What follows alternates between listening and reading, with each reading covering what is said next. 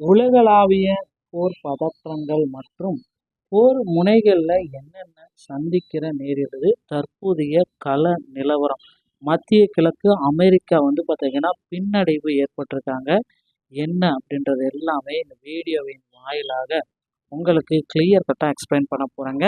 Iran நடத்திய தொடர் தாக்குதல்களால் மத்திய கிழக்கில் உள்ள அமெரிக்காவின் கடற்படை தளங்கள் மற்றும் விநியோக கட்டமைப்பு கடும் பாதிப்பை சந்தித்துள்ளன.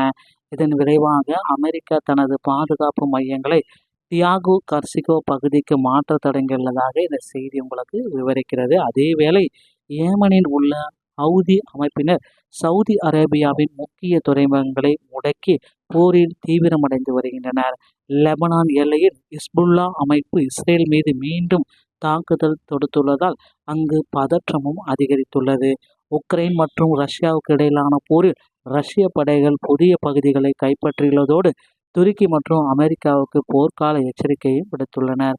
ஒட்டுமொத்தமாக இந்த வீடியோவில் சர்வதேச அரசியல் மற்றும் போர் சூழலில் ஏற்பட்டுள்ள அதிரடியான மாற்றங்களை பற்றி தான் வீடியோவில் பார்க்கலாம். வாங்க வீடியோக்குள்ளே போகலாம். ஸோ இந்த போர் முனையோடைய ஒரு மிகப்பெரிய ஒரு சுருக்கமாக சொல்லணும் அப்படின்னு பார்த்தீங்கன்னா, கடற்படைகள் எல்லாமே பின்னடைவில் இருக்காங்க. வளைகுடாவில் அமெரிக்க தளங்கள் மீதான தாக்குதல், டியாகோ கர்ஷியாவை நோக்கிய தாக்குதல், லெபனான் செங்கடல் இஸ்ரேல் ஹிஸ்புல்லா மோதல் வெடிப்பு வந்திருக்கு. மேலும் செங்கல்ல நினரும் சவுதி ஒரு பக்கம் பொருளாதார யுத்தத்தை ஸ்டார்ட் பண்ணியிருக்காங்க. மாஸ்கோவில் உக்ரைன் நடத்திய $5 பில்லியன் மதிப்பிலான தாக்குதல். ரஷ்யாவின் முன்னகர்வு. சர்பூஷியா பிராந்தியத்தில் ரஷ்யாவின் அதிரடி வெற்றியும் உக்ரைனின் பெரும் இழப்பும் நடந்துட்டு இருக்குங்க. ஸோ பக்ரைன் 5வது கடற்படை தலைமையகம் மற்றும் ஐக்கிய அமீரக துறைமுகங்கள் ஈரான் தொடர் தாக்குதலால் செயலிழந்திருக்கு. அமெரிக்க கடற்படை மற்றும் ஆப்ரகாம் லிங்கன் போர்க்கப்பல் விநியோகங்கள் பிரிட்டிஷ் கட்டுப்பாட்டில் உள்ள டியாகோ கர்சியா தளத்திற்கு மாற்றப்பட்டிருக்குங்க. ஸோ ஈரானிடமிருந்து இந்த 4000 கிலோமீட்டர் தூரம் சென்று தாக்கக்கூடிய பாலிஸ்டிக் ஏவுகணைகள் உள்ளதா என்பதை அமெரிக்காவின் தற்போதைய மிகப்பெரிய கவலை. பிரிட்டனுக்கான ஈரானை நேரடியான ஒரு எச்சரிக்கை கொடுத்துருக்காங்க. அமெரிக்காவுக்கோ இஸ்ரேலுக்கோ உள்ள கடல் மற்றும் வான்வெளி அல்லது துறைமுகங்களை பயன்படுத்தி அனுமதித்தால் உங்கள் தளங்களும் இலக்காக கருதப்படும் அப்படின்றத இவங்க ஒரு பக்கம் எச்சரிக்கை விடுத்திருக்காங்க. அமெரிக்க கடற்படையோடைய பின்னடைவு, வளைகுடாவை விட்டு வெளியேறத ஒரு முடிவு பண்ணியிருக்காங்க. போர்க்கப்பல்கள் மற்றும் ஆயுதங்கள் மற்றும் எரிபொருள் வழங்கும் பிரதான கட்டளை மையத்தை அமெரிக்கா தற்பொழுது பிரிட்டனின் கட்டுப்பாட்டில் உள்ள டியாகோ கர்சிகா தீவுக்கு உடனடியாக மாற்றியிருக்காங்க. இந்த 4000 கிலோமீட்டர் சென்று தாக்கக்கூடிய பாலிஸ்டிக் ஏவுகணை இருக்கா அப்படின்றத இவங்களுடைய செக்கிங் ப்ராசஸில் ஒன்று. ஈரானுடைய ராஜதந்திரம் ஒட்டுமொத்தமாக பார்த்தீங்கன்னா போரை நிறுத்தலாமா, ஆயுதங்கள், எரிபொருள், தளவாடங்கள் மத்திய கிழக்கில் உள்ள அமெரிக்காவின் தளங்களில் மத்திய கிழக்கில் உள்ள அமெரிக்கா தளங்களில் காசா, லெபனான், சிரியா மற்றும் ஈராக் போர்களுக்கான முக்கிய விநியோக அமைப்பாக செயல்படுகிறது. இந்த விநியோக மையங்களை அழிப்பதன் மூலம் போரை நிறுத்துவதற்கான அழுத்தத்தை ஈரான் கொடுத்துக்கிறது. அனைத்து போர் முனைகளிலும் முழுமையான போர் நிறுத்தம் ஏற்பட்டால் மட்டுமே பேச்சுவார்த்தை சாத்தியம் என ஈரான் திட்டவட்டமாக இந்த தகவலை குறிப்பிட்டிருக்காங்க. செங்கடல்ல மிகப்பெரிய ஒரு நெருக்கடி. ஹவுதிகளுடன் ஹவுதி ஒரு பக்கம் பார்த்தீங்கன்னா திணறிட்டு இருக்காங்க. ஹவுதிக்கான வீரியமான தாக்குதல் மற்றும் ஏமனிலிருந்து முக்கிய மோச்சா துறைமுகம் இழுத்து மூடப்பட்டிருக்கு.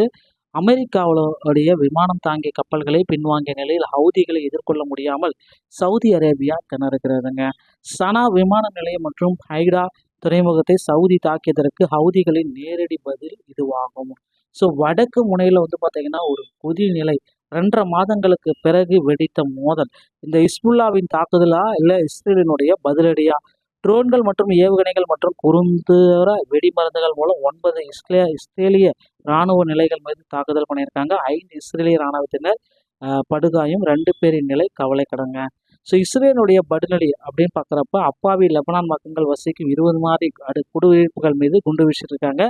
3 லெபனானியர்கள் பலி, 10 பேர் பார்த்தீங்கன்னா படுகாயம் அடைஞ்சிருக்கிறதா தகவல்கள் வந்திருக்கு. இப்படி 9 அதிரடி தாக்குதலாக இவங்க கொடுத்துருக்காங்க போர் முனையில்.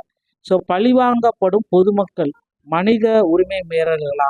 ஸோ தடையற்ற குடியிருப்பு வாசிகளின் வன்முறை அப்படின்னு வலதுசாரிகளே இஸ்ரேல் குடியேற்ற வாசிகள் மற்றும் பாலஸ்தீன கிராமங்களுக்கு புகுந்து இணைப்புகளை துண்டித்து அவங்களை ஆக்கிரமித்து வருகின்றனர். இஸ்ரேலும் நானும் போலீஸ்தாரின் சாவடிகள் அருகாமையில் இருந்தும் இந்த இன அழிப்பு தடுக்க தவறியது மட்டுமல்லாமல் அவர்களின் ஒடுக்குவதற்காக மனித அமைப்புகள் இது குற்றச்சாட்டு இருக்காங்க. பிரான்ஸ், இத்தாலி, பிரிட்டன், கனடம் இதில் தெரிவித்திருந்தது எந்த நடவடிக்கையும் கிடையாது அப்படின்னு சொல்கிறாங்க. பினாமி பேர் முனைகளில் ஒப்பிட்டு பார்க்குறப்போ வந்து பார்த்திங்கன்னா இந்த தகவல் வந்திருக்கு அப்படின்றத டிக்ளரும் பண்ணியிருக்காங்க. ஓகேங்களா. ஸோ உக்ரைனுடைய பொருளாதார தாக்குதல் அந்த லெபனன்ஸ் வந்து பார்த்திங்கன்னா முடக்கம் $5 பில்லியன் உக்ரைன் வந்து ஒரு பொருளாதார தாக்குதலில் கொடுக்க போகிறாங்க. ஸோ ஹிஸ்புல்லா ஏவுகணை மற்றும் ட்ரோன் தாக்குதல் வந்து நடத்தணும் அப்படின்னு சொல்கிறாங்க. உடனடி தாக்குதல் வந்து பார்க்குறப்ப இஸ்ரேல் இராணுவ நிலைகளை வந்து பார்த்திங்கன்னா சேதனை பண்ணும் அப்படின்றதுக்காக அது வாய்ப்பில்லை. பெட்ரோலியத்தை துணைத்துறை அமைச்சர் வந்து அந்த முடக்குதல் அப்படின்றதையும் குறிப்பிட்டு சொல்லியிருக்காங்க. ஸோ இதுக்கு என்ன அதிகப்படியான வாய்ப்புகள் இருக்குது. ஸோ இந்த மாதிரி தகவல்களை நீங்கள் உடனுக்குடன் பெற நீங்கள் நம்முடைய சேனலில் இருந்துக்கோங்க. ஸோ இந்த ஒரு வீடியோ பதிவு உங்களுக்கு ரொம்ப ரொம்ப பயனுள்ளதாக இருக்கும் அப்படின்றத நான் உங்களுக்கு சொல்கிறேன். மேலும் வந்து பார்த்தீங்க அப்படின்னா புவிசார் அரசியலுடைய இறுதியான ஒரு எச்சரிக்கையும் வழங்குறாங்க. ஐரோப்பாவின் ஸ்திரத்தன்மை நீடிக்க வேண்டுமெனில் உக்ரைனுக்கு ஆயுதம் வழங்குவதை அமெரிக்காவும் துருக்கியும் உடனடியாக நிறுத்த வேண்டும் என ரஷ்யா எச்சரிக்கை விடுத்திருக்காங்க. உக்ரைன் நடத்திய சமீபத்திய தாக்குதலில் துருக்கியின் அதிநவீன ட்ரோன்கள் மற்றும் வான்வழி பாதுகாப்பு சாதனங்கள் பயன்படுத்தப்படுவதை ரஷ்யா சுட்டிக்காட்டியுள்ளது. இவை தொடர்ந்தால் அந்த நாடுகளுடன் நேரடி எதிரிகளாக கருதப்படும் என அறிவித்து உள்ளனர். ஸோ உக்ரைனுடைய பொருளாதார பதிலடி மாஸ்கோவில் 5 பில்லியன் வந்து பார்த்திங்கன்னா இதில் சேதமடைஞ்சிருக்கு. மாஸ்கோவில் உள்ள ரஷ்யாவின் பெரிய வணிகமயமான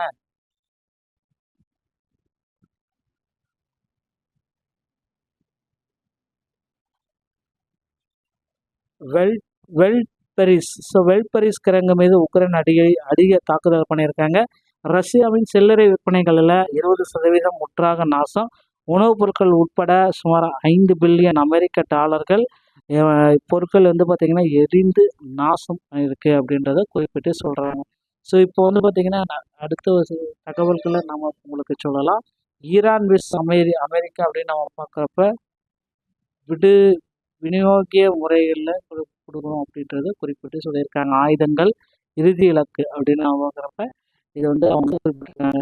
ஈரான் வெஸ்ட் அந்த அமெரிக்கா பார்க்குறப்ப ஈரான் வந்து முடக்கம் பண்ணியிருக்காங்க. பாலிஸ்டிக் ஏவுகணைகளை ஆக்டிவ் பண்ணியிருக்காங்க. ஸோ இதுதான் தற்சமயம் வந்து பார்த்தீங்கன்னா இந்த இடத்துல நடந்திருக்க ஒரு போர் பதற்றமான சூழ்நிலை தான் நீங்கள் பார்த்துட்டு இருக்கீங்க. ஸோ 5 பில்லியன் மாஸ்கோவில் உள்ள ரஷ்யாவின் மிகப்பெரிய வணிக வளாகமான வெல்பரிஸ் கிடங்கு மீது உக்ரைன் அதிரடி தாக்குதல் நடந்திருக்கு. ரஷ்யாவின் சில்லறை விற்பனை நிலையம் கொள்ளளவில் 20% முற்றாக நாசம். உணவுப் பொருட்கள் உட்பட சுமார் $5 பில்லியன் வந்து பார்த்திங்கன்னா இப்போ நாசத்தில் இருக்குது. ஸோ விரைவில் வந்து பார்த்திங்கன்னா இதை சிமுகம் பண்ணணும் அப்படின்றதுக்காக ஒரு அப்டேட்டை நமக்கு கொடுத்துருக்காங்க. ஸோ இந்த மாதிரி தகவல்களை நீங்கள் உடனுக்குடன் பெற நீங்கள் நம்முடைய சேனலோட இணைந்திருங்க. மீண்டும் ஒரு நல்ல தகவலோடு நான் உங்களை சந்திக்கிறேன். நன்றி, வணக்கம், தேங்க்யூ.